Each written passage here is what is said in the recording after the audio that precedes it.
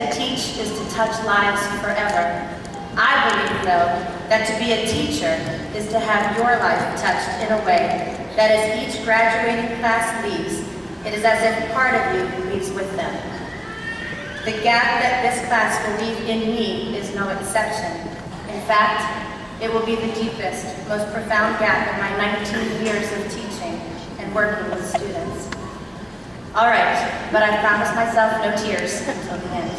Oh my God. This is your time to celebrate your accomplishments, your academics, and your social connections, your moments of pure pride, and even a time to reflect upon the things that did not turn out as well as you had hoped, and to continue to learn from them. Over the past 12 years, you have motivated yourself to come to school each day, to listen attentively to the lessons being taught, to work towards the grades you wanted to achieve. By sitting here this afternoon, you demonstrated to us all that you have been successful. Congratulations. Your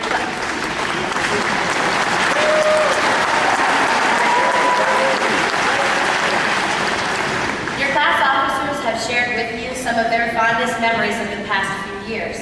As a class, you came together to revive a much-needed sense of school spirit. People have noticed, and I think we've had some fun. That was our goal, to make this a memorable year of your life. From spirit days to fly Fridays, to bonfires, to handsome pageants, to spoons competitions, and to some of the cutest geeks I've ever seen. To breakfast with Santa and so many other events, each time brought a sense of unity and excitement. You have now raised the bar and opened the doors for future classes to continue a legacy of which you can be very proud. So how did this all start? I'm not sure if you all realize this, but Mrs. Sharp first approached me, saddened that no teacher would take on the advisorship of your class as juniors. She asked me what it entailed as she was considering doing it herself. I quickly told her, no way, don't do it. It will be so much work. I had been a class advisor before. I knew what would be required. It worked. She instantly decided against it. Then I sat in front of my Spanish 3 class and simply listened. I listened how concerned my students were about the possibility of not having a junior prom or a senior trip. Spirit Week was fast approaching and there was no one to order t-shirts or help decorate the halls.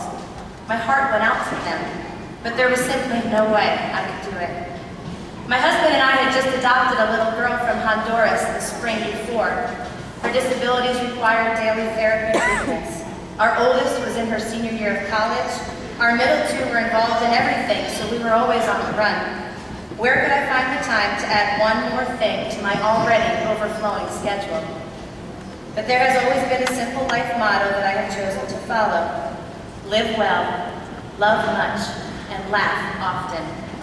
And it was you, the class of 2012. There was just something about you. Teachers consistently commented on what a special group you were. Many of you I had in class the year before when we were completing our adoption. As I had to leave to travel to Honduras to care for our little one when she was ill, you wrote me notes of encouragement. You threw me goodbye parties. You bought gifts for our soon-to-be daughter.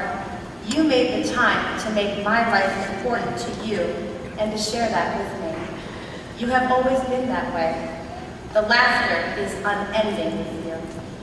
Thinking of others and doing whatever you can do to help, you demonstrated early on to me that you also yearn to follow that motto. And then it happened. One day, one of your classmates approached me and asked me directly if I would consider being your advisor. She told me that you had considered others, but kept coming back to me. She told me that you would do all of the work, and I would just have to advise. Okay. Now, I've been working on the ability to say no for quite a while in my life, but somehow, yes, just came flying right out. I went home to check with my husband if this would be all right. He just smiled at me and said, of course, honey, knowing full well what the next 2 years would be like.